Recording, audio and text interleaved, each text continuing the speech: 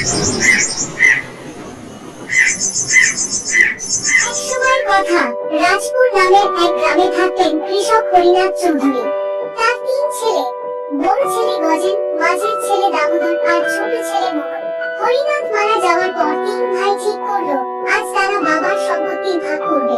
আমি বড়, তাই ভাগাভাগি আমিই করব। আমার সিদ্ধান্তই চূড়ান্ত।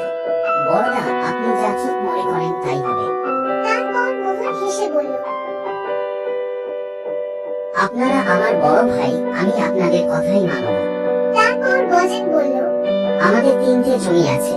সব থেকে উর্বর জমি আমার, মাঝারি জমি দামোদরের, আর শুকনো জমিটা মোহনের। দামোদর মাথা নেড়ে বলল, বেশ ঠিকই বলেছ বড়দা। মোহন শুধু চুপ করে দাঁড়িয়ে রইল। এরপর তারা গেল আম গাছের কাছে। গিয়ে গজেন বলে উঠল, এই গাছে 3টে ডাল আর একটা গুঁড়ি আছে। একটা ডাল আমার, একটা দামোদরের, আর গুঁড়িটা মোহনের। দামোদর হেসে বলল, দারুণ ঠিক করেছে। তারপর বাড়ি ভাগাভাগি। গজেন এবার বলল, বাড়িতে 4টা ঘর আর একটা ছাদ আছে। 2টো ঘর আমার, 2টো দামোদরের, আর ছাদটা মোহনের। মোহনের স্ত্রী কাঁপা গলায় বলল, গজেনকে ওরটা ছাদে কে থাকে? মানুষ তো ঘরেই থাকে।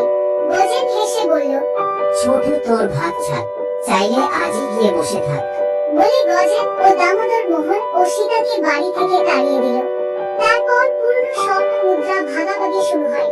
মোহনের ভাগে একমাত্র 4টে পুরনো মুদ্রা। সেই মুদ্রা নিয়ে গেল গ্রামের মুখিয়ার কাছে। মোহন মোহন বলে উঠল, মুখিয়াজি, এই কয়টা পুরনো মুদ্রার বদলে কিছু চান্দাল পাখি। মুখিয়া হেসে বলল, এই কয়েনগুলো এখন আর চলে না মোহন, কিন্তু তোমার অবস্থা দেখে মনটা কাঁদছে। কাল থেকে তুমি আর তোমার স্ত্রী আমার মাঠে কাজ করবে।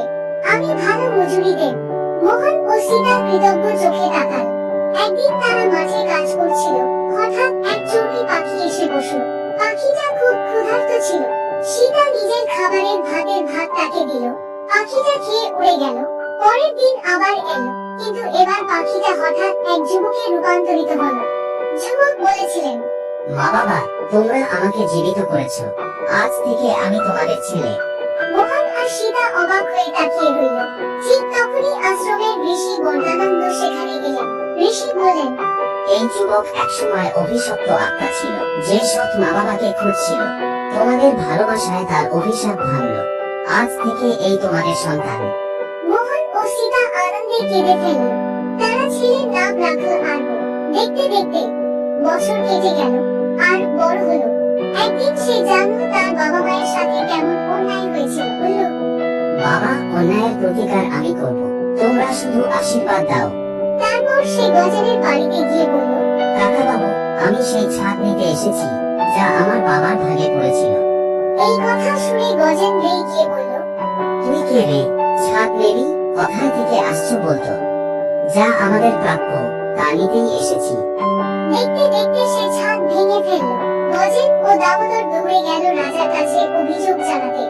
রাজা 2 পক্ষের কথা শুনলেন আর বলল, মহারাজ, বন্টনে আমার পিতা মোহনকে শুধু ছাদ দেওয়া হয়েছিল।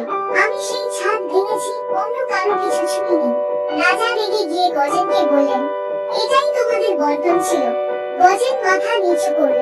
রাজা গর্জে উঠলেন, তাহলে অন্যায় তোমরাই করেছ। এখন নিজের কৃত্যের ফল ভোগ করো। রাজা মোহনকে তার পুরো বাড়ি ফিরিয়ে দিলেন এবং 2 ভাইকে জরিমানা করলেন। মোহন, সীতা ও আরব আবার তাদের পুরনো বাড়িতে ফিরল। তারা নতুন করে জীবন শুরু করলো। গ্রামের মানুষ আজও বলে, যে অন্যায় করে সে একদিন হারিয়ে যায়, আর যে সহ্য করে শেষে সেই জিতে যায়। इतना मजेदार कंटेंट है